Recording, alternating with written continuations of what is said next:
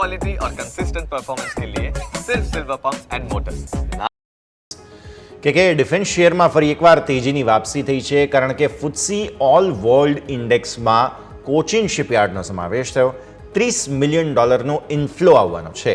કોચિન શિપયાર્ડમાં ડિવિડન્ડનો લાભ લેવા માટે પણ આજે છેલ્લો દિવસ છે, એટલે સ્ટોક પર્ટિક્યુલરલી આજે કોચિન શિપયાર્ડ તો તેજીમાં હતો જ, પણ આના ચક્કરમાં સાથે સાથે અન્ય જે ડિફેન્સ સ્ટોક્સ છે તેમાં બધામાં પણ સારી તેજી હતી.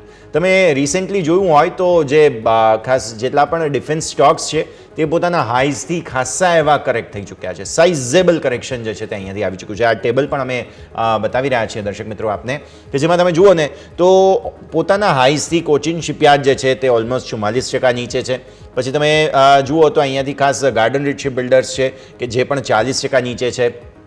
ભારત ડાયનેમિક્સ તમે જુઓ 38% નીચે છે પોતાના હાઈઝથી. પારસ ડિફેન્સ 33% નીચે, મઝગાંવ ડોક 31%, હિન્દુસ્તાન એરોનોટિક્સ 25% અને ભારત ઇલેક્ટ્રિક તમે જુઓ તો ત્યાં પણ તમને 20% ઘટાડો પોતાના હાઈઝથી જોવા મળી ચૂક્યો છે. અને આ 52 વીક હાઈથી આપણે કમ્પેર કરી રહ્યા છીએ. તો આવી સ્થિતિમાં તમે જુઓ તો સાઇઝેબલ કરેક્શન બાદ હવે ડિફેન્સ સ્ટોક્સમાં શું કરવું તેવો સવાલ ઊભો થાય. કે સમજાવો. મને યાદ છે કે ડિફેન્સ સ્ટોક પર આપણે જે વ્યૂ આપ્યો હતો મોસ્ટલી પોઝિટિવ સાઇડનું જ હતું, અને એકોર્ડિંગલી સ્ટોકમાં મોમેન્ટમ પણ આવી છે, એમાં કોઈ બેમત નથી. તમે જોઈ શકો છો કે તમે જેટલા પણ સ્ટોકના નામ કીધા છે એ બધા સ્ટોક વન વે મોમેન્ટમ આપણને બતાવી છે. Cochin shipyard, garden reach ship builders, BDL છે, પછી HAL છે, પારસ છે, મઝગાંવ છે, આ બધા સ્ટોકે વન વે મોમેન્ટમ આપી છે અત્યારે આ લેવલ પર. અને એના પછી જો પ્રોફિટ બુકિંગ આવે છે તો એમાં શંકાને કોઈ સ્થાન નથી. અને એ લેવલ પર આપણે જે એવું વિચારીને ચાલીએ કે યાર આટલા મોટા ભાવ પર મારી પોઝિશન ફસાઈ ગઈ છે, અત્યારે સ્ટોક એ લેવલથી 20 થી 30% નીચે ચાલી રહ્યો છે, તો પોસિબિલિટી સ્ટોકને ખરાબ કરવાની નથી વધતી, બટ પોસિબિલિટીઝ આપણી એન્ટ્રી જે ખોટી મારી છે એના પર વધારે આવી જાય છે. એટલે કે આપણે જે પિન પોઈન્ટ કરવું જોઈએ, એટલે કે આપણે જે આંગળી ચીંધવી જોઈએ એ પર્ટિક્યુલર આપણે આપણી જાત પર ચીંધવી જોઈએ કે જ્યારે મોકો મળતો હતો તે વખતે આપણે એન્ટ્રી નહીં લીધી, અને જ્યારે બિલકુલ મોકો નહોતો તે વખતે એક્ઝિટ લેવાની જગ્યા પર આપણે એન્ટ્રી લીધી છે. એટલે જો તમારા પોર્ટફોલિયોને અત્યારે ડેન્ટ પડ્યું હોય તો આમાં ભૂલ ખાલી ને ખાલી હોઈ શકે કે એકદમ ટોપના ભાવ પર આપણે પોઝિશન બનાવી લીધી હોય.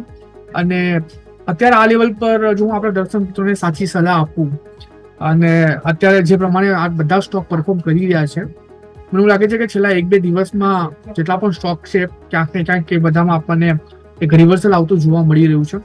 અને અત્યારે આ લેવલ પર રિવર્સલ આજના દિવસમાં જે 2 થી 3% વધારો જોવા મળી રહ્યો છે આજના દિવસમાં, મને એવું લાગે છે કે જો આ સસ્ટેન થાય છે નેક્સ્ટ વીકમાં તો અહીંથી સારો એવો ઉછાળો આપણને જોવા મળે. તો આપણા દર્શક મિત્રોને એટલી જરૂરથી સલાહ કે તમે જે પણ સ્ટોકમાં પોઝિશન બનાવી હોય ટોપમાં તમે સ્ટોક લીધો હોય ને જો તમને એવું લાગે છે કે તમે અટવાઈ ગયા છો તો એવું બિલકુલ નથી.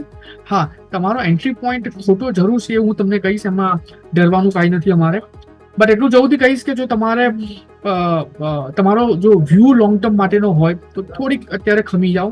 રિવર્સલ આપણને ડેફિનેટલી આ બધા સ્ટોકમાં જોવા મળશે, અને જ્યારે રિવર્સલ મળશે તે વખતે અમે અગેન તમને સજેસ્ટ કરીશું, રિકમેન્ડેશન આપીશું એવરેજ કરવા માટે, કેમ કે લોંગ ટર્મ પોર્ટફોલિયો જો જ્યારે તમે બનાવતા હોય ત્યારે તમારે લોંગ ટર્મ માટેનું વિચારવું પડે અને એવરેજ માટેનું પણ ડેફિનેટલી વિચારવું પડે.